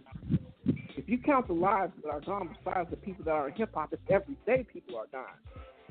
Every day there's a Nipsey Hussle dying. Every day but they're just not as famous. So it's not known. Every day there's an innocent black life, an innocent white life, an innocent, Hispanic life, Oriental life, Polynesian life that's dying. You know what I mean? That are dying for a cause, that are dying unrighteously, and it happens every day. Every day. It's now just we got a hip-hop. 909 caller. Oh, I didn't mean to cut you off. We got a 909 caller right here. We got a lot of love tonight, 909? man. DJ King Assassin is on. 909, you on? Rick Capo. Black Power, what's going on? What it do? What it do? 909 this is Corona. Come on. Hey, come on close to the phone, man. Cause if you don't speak, so that way we can hear you. Yeah, get a little closer. 909, you is live. Go ahead, 909. All right. Black down there, Black Rock building. That's right. Well, what part of 909 you calling from? Pomona? Yeah. Yeah, Big pimping out over there, man. Big shout out to everybody, man. Pomona's just another city of its own talent, man. Man, I got to spend a lot of time in Pomona in the 909. You know, that's like my second home right there, man. Big shout out to Cocaine, and the radio station, backed by Buddy Boy Entertainment right here. You know what I mean? Finger Roll album was out. It's coming out tonight. Yeah. Jill.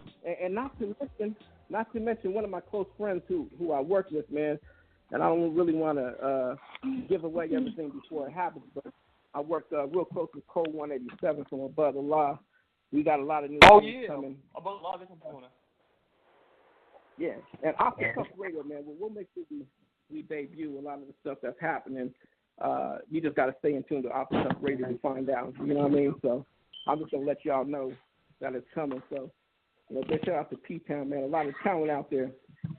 Big shout out to Wap Don Dada. All the youngsters coming up out of Pomona, too, man. A whole lot of talent. AD. Young Meta. My boy Young Meta, man. Big shout out to him. Anything on your mind, man, you want to speak on? Chop it up, man.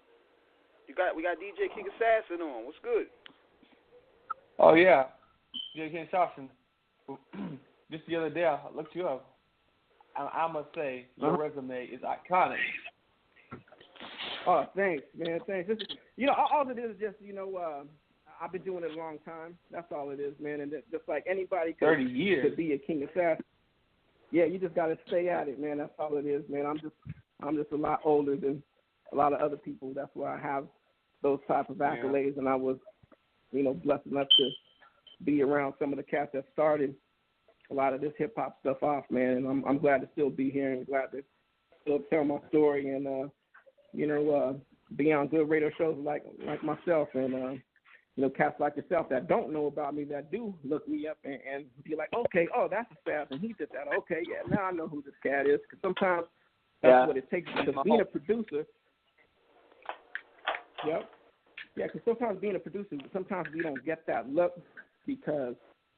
Like, especially nowadays in the digital age, you don't see who produces what anymore. So, a lot back in the days we had, the records that you can actually see that came with inserts that you can see, oh, this was produced by so-and-so, this guy did that, this guy did that. But, I guess now you can really, like, go into depth now with, like, the Wikipedia stuff that you see and, go more in depth on a person. So, yeah, big shout-outs to you, man, and big shout-outs to the 909 out over there and for you tuning in and actually, doing research, man. That means a lot. You know what I mean? Because that's what it's all about, is seeking and learning and, nurturing your mind to learn stuff about people and ask questions and, listen to the music. And it's a whole other story that you can, kind of put your mind to. And it's like a book. It's like reading a book. Everybody's music, because every artist, like Mr. Loco, who was just on here, like Christian Parker, everybody has a story, and they're here for a reason.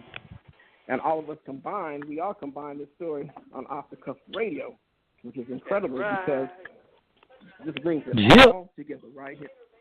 Brings it all together right here. So big shout out to you, man.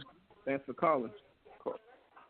Definitely. Now, King, I wanted to ask you a question in terms of what you mentioned about the situations where we're seeing records now being streamed as opposed to being bought, in terms of where the physical copies were the standard back in the day. And the late, great Prince once spoke on this, where he said we were kind of going into a place of the musical change where music was going to be online. In addition to why he was always very, very, very about artists' rights in terms of making sure that they own their product. What is your opinion in terms of how the game has changed now from where it's gone digital as opposed to actually, going to the record stores and buying the actual albums themselves? Well, I see exactly what Prince was talking about in the early stages of that, because in the early stages, there wasn't no, companies that collected them intellectual rights at that time. At that time it was more BMI, ASCAP situation, so there wasn't no sound exchange there. There wasn't no other companies that collect the royalties. I don't even think BMI and ASCAP even gave a damn at that time about anything online. You know what I mean? So being that Prince had seen that and that people were giving away kind of like the music for free, that's kind of like how it seemed to an artist like Prince. Like, why am I going to give away my music for free, or people going to download it for free? So, he didn't support that for a long time. Now, even the record labels had, at that time, through the transition, when it came from physical to digital, they all took a loss. Then you started seeing the Warner Brothers, different divisions of Warner Brothers shut down, different divisions of Sony shut down. You started seeing a lot of little labels that were distributed by them shut down because of this transgression from physical to digital. Okay, so there was a big, I say at least a good 5 years of just music industry put into shambles at that time. And this was probably 5 years prior to Prince that he said. So it did do a big downfall at that time. I forgot what date it was, but it was probably maybe 15 years ago or something like that when this happened. And I could be wrong. Maybe you might know a better schematic than me when all this was going down, but I remember exactly the time what you're talking about. And what happened to this day now is it actually helped out the industry now, because now it gives artists, independent artists, a better chance now, where you don't even have to be on a major label now to really get that look. You just have to know how to promote yourself right. You don't have to be on a major label. All you need is really the right marketing skills. You can get your money out as much as the BMI and ASCAP does. The Sound Exchange and BMI and ASCAP are now, finding ways to collect through digital, where you're getting your money probably even more. Streams are even now worth more than, radio play, because BMI and ASCAP are more of a radio terrestrial type of collect situation and movies, if you're stuck within film and movies. But now, when it comes to the digital streaming age, this is what's based upon getting gold records now. Yes, gold records, platinum records. You have to, if you're an independent label, make sure you sign up with the RIAA, because if you don't and you get 200,000 or 2 million views on YouTube, you're not going to get your plaque, because nowadays, guess what, folks? Your plaques are developed upon how much streams you got. Overall streams between YouTube, Spotify, iTunes, Deezer, Napster, all those are accumulated plays now to decipher what plaques you got hanged up on your wall. Because it's not about physical sales hardly no more, because all the mom and pops are shut down. See, nobody knew that. That's what Prince didn't know, that all these shops were going to be, maybe he did know that they were going to become shut down or whatnot, but at that time they were still alive when he was saying this as far as the moms and pop shops and all that. It was still, but it was transgressing into that MP3 world. Nobody knew where that was going to go, but everybody, you couldn't tell these major labels, they all were shutting down. They didn't know what to do when it went into an MP3 world.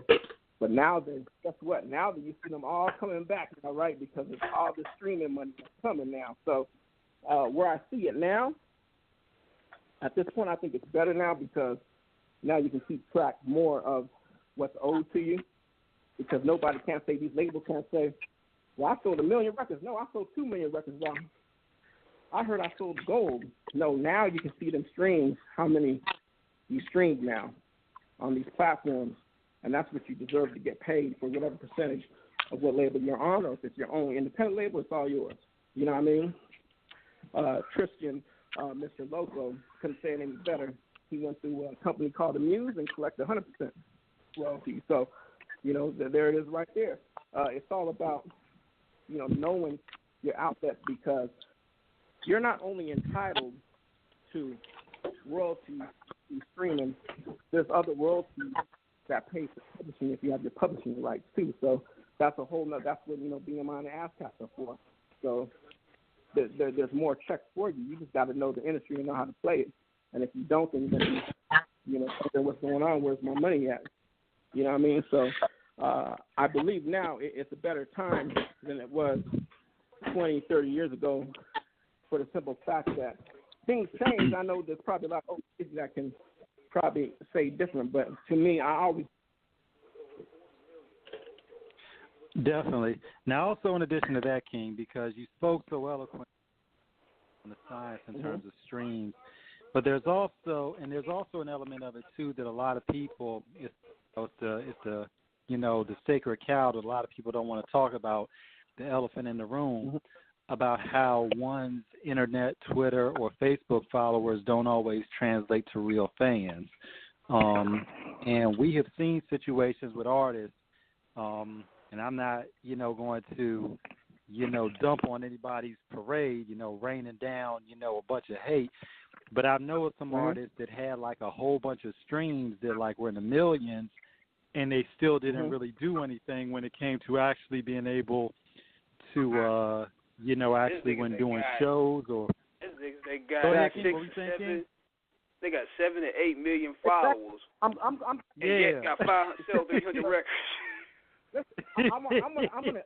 I'm gonna reiterate on that what you said because I have put out a post too, and it makes so much sense that it's not even a musical game right now. You know what it's about, and this is so sad, and I think everybody on this phone will agree with me.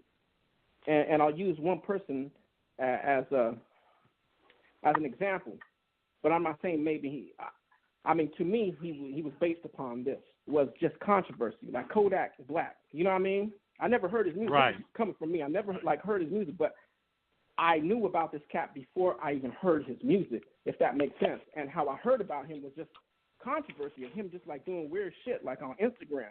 And I actually like would look at this shit and it actually would captivate me for a minute. I'm like, what the fuck am I doing looking at this dude? Is like doing some like crazy shit, but I don't even know who he is, and I never even heard his music before. But he's like just saying some weird shit. You know what I mean? So and I see all these people tuned into it, but it's more based upon it's messed up that it's like sometimes we don't even know who the person is, and we just hear about them on social media, like an Instagram or like a Twitter or whatever, and they're getting trended or they have the most followers and stuff like that. But nobody heard their music, and they're just based upon controversy or whatever gimmick they got going.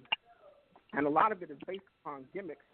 What I see in this day and age, besides music, it's kind of like the whole Kim Kardashian age. You know what I mean? Like you don't even have to have no talent. You just got to have something that means something or whatever, or look good and be a model or something. Not even music, just you know what I mean? And that's why don't let this discourage the cats, you know, that make good music to go that route, man. Good music gonna speak for itself. It's always gonna speak for itself, and don't ever stop doing good music. Don't get distracted by, you know, all this controversy and try to be a part of it, man, because that's a one-way ticket to either jail, death, or you being hated in the long run, man. You don't have to fight hate. You know what I mean? And I see this a lot, and a lot of you can agree with me that you've been seeing a lot of this on social media, you know, and back to what you were saying, you know, a lot of people can have, you know, outlandish Instagram followers. They could pay for it. They could get the Twitter to whatever, to the billions and whatnot. But all that doesn't matter. It matters like Brother T and E was talking about. packing a show like, who are your real fans? Exactly. You know what I mean? And they get now, on the off the cuff radio and have real people call and strong individuals call, like Christian Parkis, who works with the Shakur Foundation, DJ King Assassin, who produced with the Wyclef, Tupac, and Tristan, Mr. Local, wise guys who's bringing up new upcoming talent. You name it, to everybody on the phone. The brother from the 909 who just found out about all this, and that's just a person right there that's a new fan, and it goes to show that this is so powerful that people are listening and they're becoming fans. This is what the reality is, folks. Is like shows like this, and knowing the people and who they are, and knowing who they are, whether it's a new artist, and get them on off the cuff radio to hear the music and stuff like that. So we see so many people that we don't know about, and we wonder, like, look at this guy has all these numbers and all this, but what has he done? What's his history? Why does he have these numbers? Or is it all just plaqued on there just to make an overnight superstar? Some companies will do that too. Definitely, King. Look, King, seeing you are an ambassador of not West Coast in general, it's only right that we got to shout out one of the young gunners coming out of Los Angeles, specifically Fruittown. Ladies and gentlemen, boys and girls, if you have never heard this artist, you need to look him up on YouTube. By the man, the man's name is FT Hop Out. 2 songs that you need to check out. I'm from Fruits and Raw Dog. This youngin' goes hard. I mean, he is him, along with Compton AV, Cam and China, Problem. Yep. These are the young guns of the West Coast who are really, really, part of that young California movement. Of course, Angela Donna, a.k.a. Smiles, she's part of that movement. But right now, California is burning it up. And, of course, Kamaya, baby girl, if you out there, boo, I love you. We are waiting for your album. Please bless us with that album, Miss Kamaya. We are waiting. That's why we call him the scholar of hip-hop, because it's not just the old school stuff, it's the new school stuff, man. And everybody that he named already, he's been telling me about it, and he puts the bugs in my ear, the DJ King of Savage. This is like my secret weapon right there, Big T, man. You know what I mean? So his ears are everywhere. Trust me when I say that. And that's the beautiful thing about having somebody like that on our platform, because, we have a lot of radio or media platforms that they only know one sort of era. See, we wanted to branch out and give all the people that come up their shine, their flowers, their recognition, because they could be the next to blow and take it to the next level, because it's also about, not only catering to them, but also bigging up the next ones, because we know hip-hop ain't dead. Like, we got Cocaine, he just dropped the album. Eric Sermon dropped the album. Anderson Paak dropped the album. All 3 of these guys dropped in the same week. Well, what's crazy is we didn't even give Big T enough time, and we kind of like shorted him out right now, because he was going to keep on going with names, man, because he was covering everybody from the L.A. area, and like I said, was coming up towards the Bay, and he kind of like stopped, and I knew he did, because he didn't name Filthy Rich, and he named Filthy Rich the last time I talked to him, so we didn't even give him enough time to keep on going over there. You know what I mean? We got to give that light. Man, okay. Look, I got to shout out Phil Seminary, Stevie Joe, the whole live wire, Mr. Fab, See, OMB PZ. Man, I mean, of course, Ambassador E40, man. It's like, and of course, Sacramento, the 916, man. Got to shout out Mr. Lunastick, and of course, some guy from, Oak Park, he's killing it right now. I think y'all know him. His name is Mozzie. And Mozzie is just mashing on him right now. That's right. Yeah, Mozzie definitely is, man, I was a trip, because I was talking to some of the youngsters. I said, what you listening to? They say, Mozzie. I said, oh, man, Mozzie definitely is an impact. And then I walk into a record shop. One of these record shops, there still are a little couple of record shop moms and pops out here in California, and all I see is a number of Mozzie shirts inside there. And this was before even Mozzie even, what was, even getting, real big. He was already, like in, in the 916 area, Sacramento, and other areas like in Modesto, having his T-shirts out there. So, he's done a lot to get his name to where it's at, not just with the music, man. He's a connoisseur when it comes to, shopping his brand, because he had T-shirts out before he was even like really big and famous, man, Mozzie. So, that's branding to the fullest right there. Big shout out to him. And I mean, while I'm on my run too, man, I gotta shout out San Diego, man. The 619. Man. Gotta shout out to the Wrong Kind, Mitchie Slick. Of course, EC Blood, man. Ryan Anthony. You ain't never been to the Southeast. He's killing it right now. I mean, shout out to the whole Lincoln Park crew, man. Much love. From off the cuff, from VA to SD, CA specifically, man. Shout out to CJ, president of Wrong Kind Records. That's my homie. Been riding with him. But Mitchie Slick, man, he's definitely, first track I ever heard. Actually, a shout out to the Source magazine, because in 2003, they actually profiled the station in the independent stage section, where a lot of the artists have their independent records. And Mitchie, he's been killing it. Feet Match the Paint, Triggeration Station. Mitchie does it. Big T, you know Big T, like that's an offshore of where I'm from, man. My hometown too, Oceanside. Oceanside is, right by the 619, and I got to give a shout out to my Oceanside artists. In the 760, Baby Local is part of Buddy Boy Entertainment, and TSP, man. You know what I mean? TSP doing this thing, all Buddy Boy orientated at the same time, man. The 619 Oceanside, is like kind of like its own world in itself in Southern California. You know what I mean? And I don't think they really get the props that they deserve. Big shout out to our local, the Loc Dog is on his own. You guys know what I'm talking about. Big shout out to Big June. What was the one song? It was one of my favorites too. So what you gonna do about it? What was that one song from Bullet Loco? Y'all know who I'm talking about. Bullet Loco, man, from back in the day on Def Jam. Damn. J.O. Felony. J.O. Felony. Yeah. What you gonna that was off the What You Gonna Do album that was released in 1998. Yeah, he had Method Man and DMX on it. I can give it to you, but what you gonna do with it? Yeah, I can give it to you. Well, what you gonna do with?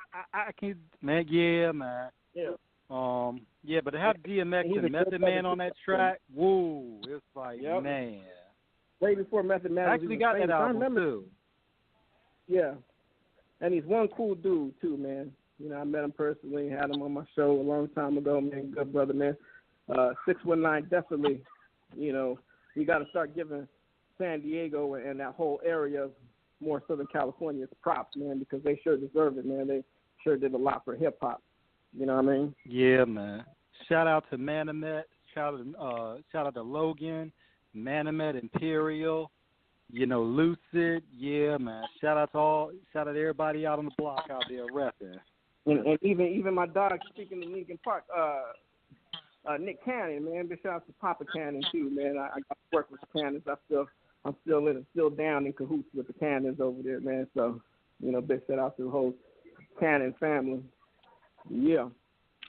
For y'all that don't know, Nick really is about that in terms of that charity out there for what he's been doing in the area. Nick is really a solid dude in terms of his charity work and just being a good dude out there, handling his business. And that's my dog right there, man. So, San Diego definitely plays a big part in this hip-hop arena that we have here, especially not just for the West Coast, but the whole entire hip-hop nation. Off the Cuff Radio right here, man. Right here. Right. Big E, man. Building. Call number 1-619-924-0703. We got DJ King Assassin in the building. And be sure if you ain't cop those albums, I ain't mean bootlegging. If you ain't cop Eric Sermon's new joint, if you ain't cop Cocaine's new joint, if you ain't cop even DJ King Assassin, he drop music on the regular, so you ain't got no excuses. We coming for you.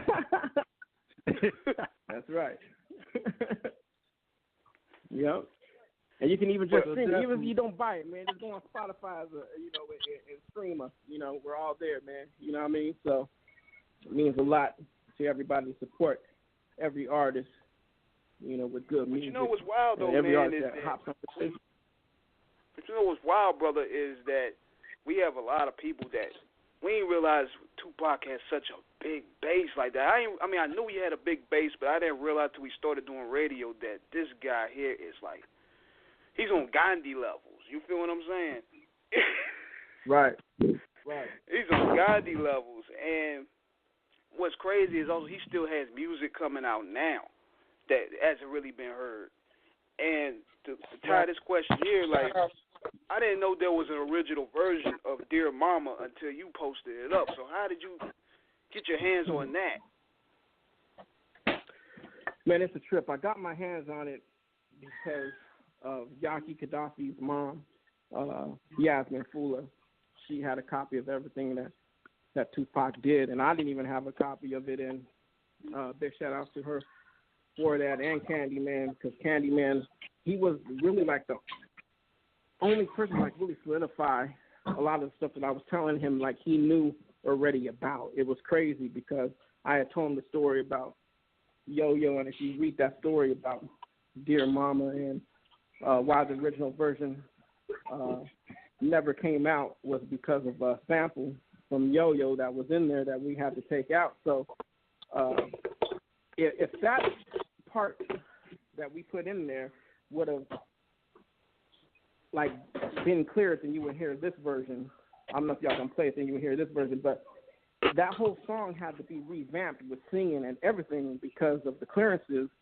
Because back then we had to deal with sample clearances, and everybody in Handy Mama was, sampling songs back then and other people's verses to put into the choruses. And most labels would clear it. But Pat Charnay would not clear it, and Pat Charnay was Ice Cube and Yo-Yo's management at that time. Now, I still don't know until this day who it was, if it was Pat or Ice Cube that said no, because I know it was Yo-Yo that didn't say no, because when I told Yo-Yo this story years ago, she didn't know about it. I told it to her on the Money B show. Some of y'all might remember that. And it brought tears to Yo-Yo's eyes when I told her about this. You know what I mean? And later on, it hit Billboard not too long ago, my story, and was solidified by Tom Wally, because Tom Wally was really the one to solidify that story because it was the true story, and and we have the music to prove it. To this day, I don't know the legalities of what happened, why they didn't clear that sample. Now, it's God's decision at the end of the day. And do I think that this version is much better than that version? Yes, I do. Yes, I do. I mean, can't nothing beat that version that got, remixed, as I say, but to you it's the original Dear Mama. You know what I mean? But to me, it's not the original Dear Mama because I was there for the original Dear Mama and did the scratching on that. And you can check the Wikipedia and all that stuff. So you can see that it's two different versions. You know what I mean? Mm-hmm. Of course, I would like for the original version to come out with Yo-Yo, but unfortunately it didn't. But we do have the copy of it, and it did come out on Billboard. Billboard did a big, they did a big review on it. They did if you check Billboard, you can check the history on that of the original Dear Mama, and it'll go a little bit more in depth on everything with that. But yeah, that was something that was one of the many Tupac stories that I have. You know what I mean? Of legalities, and there's some more to the story that we can go into, but that'll probably have to be on a later show because things are getting hectic over here with the kids coming in and out the doors right now, so I got to shut down the shop here. But at the same time, man, it's a trip that you said that because to those of you that know the story, everybody probably, the Breakfast Club, they covered it. A lot of people covered it when Afeni passed away when I was on TMZ.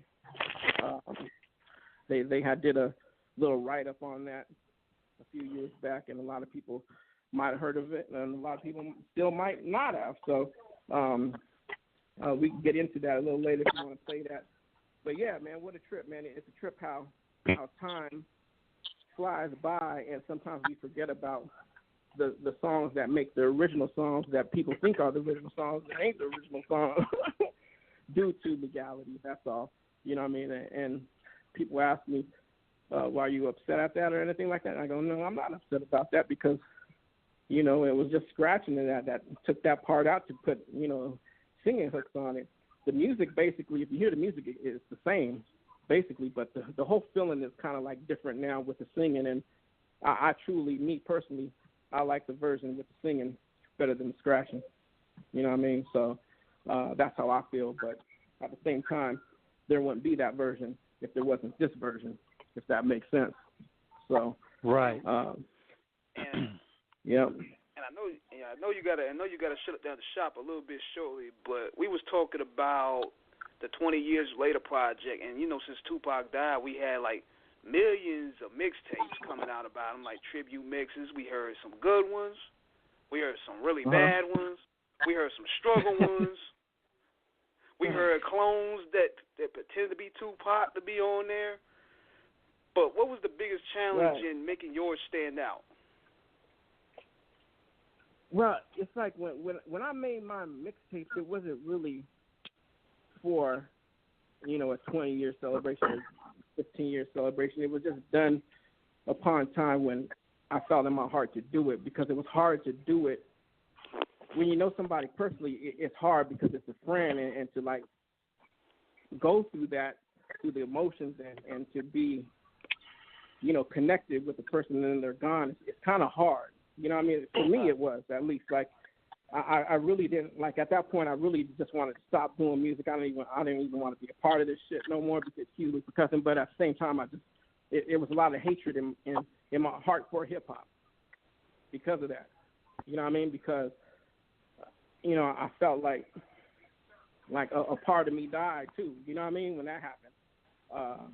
It was just hard for me to get back into tune after Tupac died, because it was, you know, he meant a lot to a lot of us, and at the same time, he meant a lot to our careers. Like, this can happen to us too if we become too famous and if we become too political, to this, to that, because we were all cut from like kind of like the same cloth. Like, well, Tupac was just like one of us. It wasn't, when I'm hanging around Tupac, it's like I'm hanging around Big T or Big E.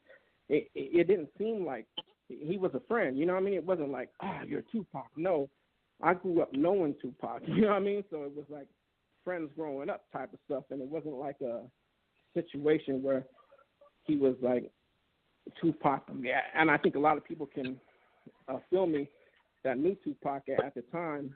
Nobody knew Tupac was going to be as big as he is, like right now. Like you said, like the Gandhi and stuff like that. To us, Tupac was just crazy wild Tupac, and, you know, doing his thing, but he wasn't too crazy where the media made it to seem, you know what I mean? He was just, he liked to have fun, and he knew when to be serious, and that was Tupac. And I think kind of like the media put too much on that to make him seem like he was like a crazy dude that always started trouble, which Tupac was far from that. Far from that. I mean, I remember times in the studio when Tupac used to tell me to calm down. Like, Assassin, calm down. Like, grab both my hands, shake them, like, back and forth. Calm down right now. You know, I would be drinking too much and shit, drinking too much Hennessy, and he'd get Mo Cream to get me to go to Del Taco around the corner from Echo Sound and sober me up with some tacos and whatnot. You know what I mean? So, like, yeah. And then you hear about it, you know, Tupac shooting at police and stuff like that. And I'm like, man, did that really happen? What happened? Tupac couldn't have been that. I was just with him. He wasn't shooting at no police. He wasn't like that. But, you know, the powers that be from where you're at and what you have to do sometimes, you can't let the forces take you over. I think it was Tupac knew that stuff was surrounding him, and he did what he felt to protect himself. And that's all that was at that time. You know what I mean? But things get stirred up, and he's at a club. Next thing you know, he's having fun, and the girl's doing what she wants to do to him. Then the next day she's yelling rape, and it's a setup. You know what I mean? Which is exactly how it turned out on that end. So, you know, when you're a person of a high power, when you're a person of a high power and well-known, well-being, you know, there's all kinds of forces that try to bring you down. And it's not just like what people say, conspiracy type of stuff. It's like our own people that are plotting and planning downfalls because they want a part of you, or you didn't do what they said, or just jealousy and envy, like Sister Christian Parkes was talking about. You know what I mean? Which is probably the main downfall to no matter what race, color you are. There's people that are envious out there and jealous out there, and you got to be careful. You know what I mean? And Pac was just that well-known person that would go to a street party. If it was a house party, he'd go to it. You know what I mean? Because Pac felt that close to the streets, and he trusted the streets more than anybody else. And this is the guy, keep in mind, he was doing Hollywood movies with Janet Jackson and James Belushi, and yet you see him in the most hood spots. That's very rare that you'll see. Definitely. He said that he never felt that a black man would shoot him. He never felt that he was not safe around his people. He never thought a black man would shoot him. Yeah, and that was a tragedy when that situation happened that night, in Las Vegas, because, we all know the story ad nauseum, but it's no need to really rehash all of that tragedy. But it is a situation where you have to a lot of times understand the situations you're in and where the danger can go. We know about what led up to it, with the incident that led prior to it about the alleged chain snatching that happened, that Orlando had apparently snatched one of the death row people's chains, and they seen them, and, shit happens. And, I think if anything we've learned with the situations, of what goes on with anybody out there, no matter who you are, you always have to maintain a sense of caution and a sense of understanding the environment that you're in, because the streets, one thing about the streets is it's a mercurial beast. It is the animal that cannot be tamed, but the tamers have been killed trying to tame it. Exactly. It's an unpredictable. That's a great way to explain it. Great way right there. Yeah, man. I mean, it's something unknown. It's unpredictable, and it's unique in its twists and turns. But it will get you burned if you play with a fire that comes from it. And people got to understand when you get out there. And like real. Christian was saying too, I mean, even to this day, we don't even know who that shooter is. You know what I mean? It could have been anybody. Right. Of course, there's a couple people that said that they did do it, and a couple people, I mean, come on, it's like a couple people said they did do it. Like, who did it? At the end of the day, it's like nobody, I mean, God knows. The only thing we know is Pac is gone, you know what I mean, behind senseless violence over, and if it was over a chain or whatever it was, over jealousy, over hatred, I mean, that was a guy that changed the world and could have changed the world even more. There's no telling to what he could have been, a political person, you know what I mean? Somebody that grew to be more than just a hip-hop artist. That's what I think. Yeah, man. I mean, he definitely had a lot more to do.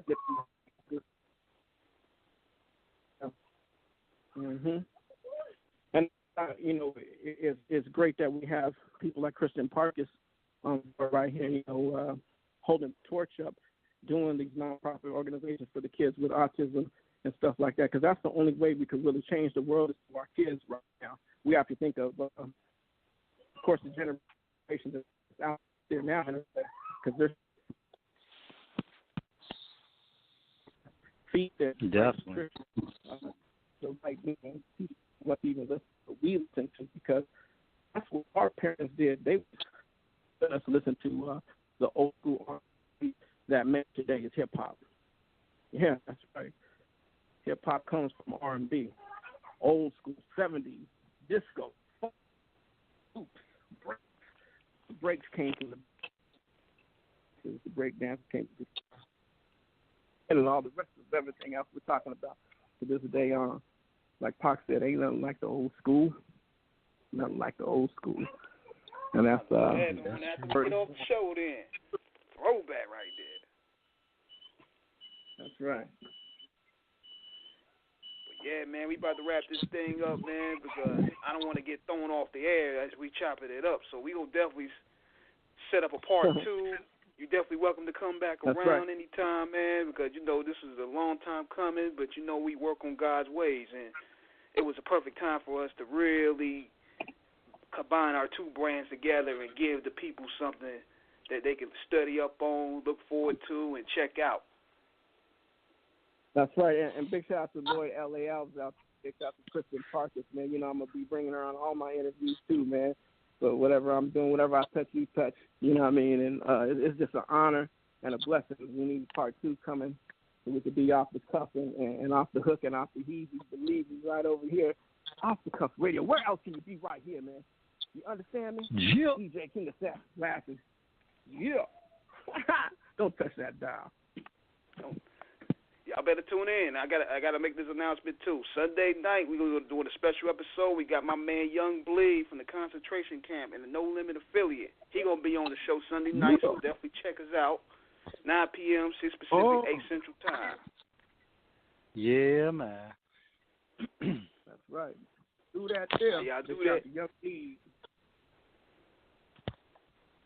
Much love and respect to you guys. You guys stay blessed. You too, Kristen. You love too. You. Thank you. Thank you so much. Thank you. One love, Big T.